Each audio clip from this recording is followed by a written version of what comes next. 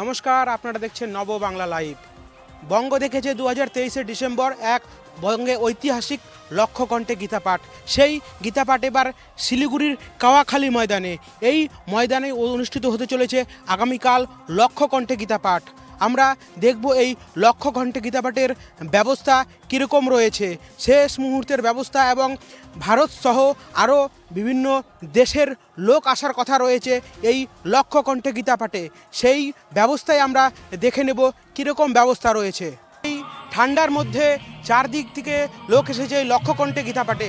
এই গীতাপাঠের অনুষ্ঠানে কীরকম ব্যবস্থা করেছে এখানকার কার্যকর্তারা তা জেনে নেব। এই গীতাপাঠ অনুষ্ঠানে কীরকম লোক অংশগ্রহণ করবেন বলে মনে করছেন? আমরা এইটা লক্ষ্য টার্গেট করছি মিনিমাম 2.5 থেকে 3 লাখ লোকের সমাগম হবে কালকে। আর এখানকার লোকাল ভলেন্টিয়ার, লোকাল প্রশাসন সবাই আমাদেরকে খুব ভালো করে হেল্প করেছে। আর প্লাস আমাদের প্রেস ভাইরাও আমাদের সঙ্গে রয়েছে, পুলিশ প্রশাসনও আমাদের সঙ্গে তাল থেকে তাল মিলিয়ে কাজ করছে।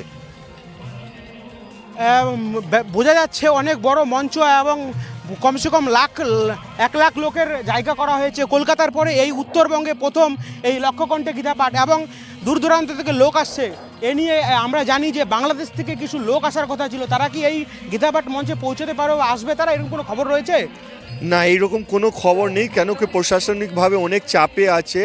আরও এইটুকু আমরা কোনো গভর্নমেন্টকে বুড়ো আঙুল দেখে কোনো কাজ করতে চাই না। আমরা ভারত সরকারের সঙ্গে সমস্ত কাজ, যেহেতু আমাদের ভারত সরকার বাংলাদেশের লোকের সঙ্গে কাজ করছে, কোঅপারেট করছে, আমরা চাইছি গভর্নমেন্টের মধ্যে কথা বলুক, আমরা এর মধ্যে যেতে চাই না।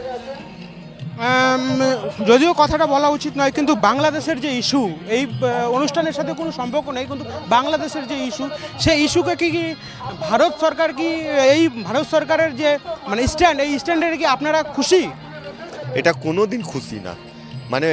দেখুন, পৃথিবীতে যা কোনো দেশে মানুষের উপরে অত্যাচার হলে ওটা কোনো জাতি বর্গ ওটাকে সমর্থন করবে না। আমরা চাই কি যে ভায়োলেন্সটা হচ্ছে স্টপ হোক, সবাই সুস্থভাবে বাঁচুক, যেই ধর্মই হোক, যে মানুষ যেই ধর্মেই না হোক না কেন। কিন্তু আমি এইটুকু চাই কি সমস্ত জাতি ধর্ম এক মিলে কাজ করুক, যেন কোনো মানুষের উপর অত্যাচার না হয়। বাংলাদেশের নেতারা বারবার করে বলছে 4 দিনে কলকাতা দখল করবে এবং ভারতকে দখল করবে, এ নিয়ে কি বলবেন? দেখুন, এটা তো অনেক বড় কথা, 4 দিনে দখল করবে। আমরা চাইলে তো আমরা 4 মিনিটে বাংলাদেশ দখল করে নেব। 4 দিনে তো অনেক দূরের ব্যাপার। ও তো দরকার নেই, আমরা ফরাক্কা বাঁধটাই খুলে দিলে ওরা শেষ হয়ে যাবে। তাই এটা বলার কিছু নেই। দেখুন, আমরা শক্তিশালী দেশ, আমরা কাউকে করতে চাই না। আর বাংলাদেশে ও তো ক্যাপাসিটি ছিল না কোনো কিছু করতে পারবে। আমাদের ইন্দিরা গান্ধীর হেল্পে ওরা আজাদ হয়েছে। ওরা যদি বলে 4 দিনে ভারতকে করে নেবে, তা আমাদের মনে হয় না কি আমরা 4 মিনিটে বাংলাদেশকে দখল করে নিতে পারবো। কিন্তু আমরা এই কাজটা করব না। যেহেতু একটা কথা কি, আমরা নিজের সংবিধানকে মানি, আমরা মানুষকে প্রেম করি। আমাদের সনাতন ধর্মের মধ্যে একটাই শিক্ষা দিয়েছে, সবচেয়ে বড় জিনিস হচ্ছে মানুষের পাশে দাঁড়ানো।